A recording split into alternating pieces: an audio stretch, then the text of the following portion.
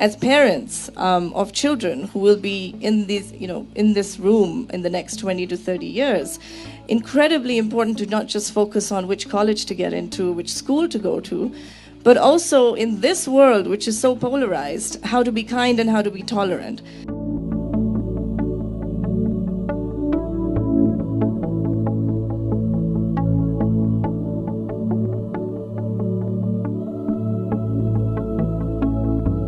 There's two things that really define how effective a leader is. One of those is the ability to make decisions when presented with certain information. And the second is to be able to listen. And I'll share a personal story with you, which kind of taught me these things. And it did really change the way I perceived myself after that. So about 3 years ago, I was actually in an accident where I lost vision in one eye.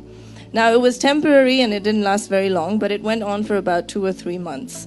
And what that does is that you go to work on a daily basis. You're not able to look at a screen.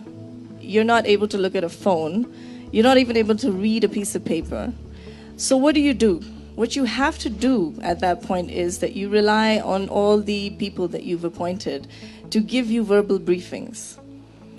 And so what that means is that your ability to listen, goes from here all the way to here, because you've kind of cut out a lot of the noise that we see in social media or through emails or through data that is, just presented to us on a screen.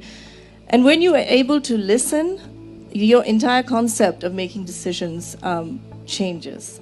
So when you talk about going up the corporate ladder, like we teach our interns and we teach our management trainees when they come in, that this is how you have to climb the corporate ladder, you say you certainly do that. But at the same time, real leadership or developing that in a management trainee is for them to look around and see who else is in their cohort and say, okay, how can I lift them up as well?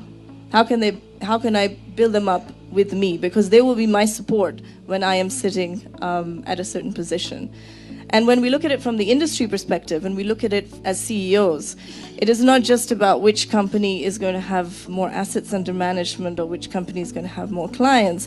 It's about how do you raise the industry and how do you grow the industry to really push penetration through and lift savings as an objective for the entire country, because that is really what is going to solve your problem. And I think those things would really define sort of how you would develop the ability of leadership within a younger generation. So for me, it is not just about thinking about, operationally how to do this. And I think as leaders, or when you talk about politicians, I think they weren't listening, which is why you had the elections in 2016 in the United States that you did, which is why you had Brexit. These things were not an accident.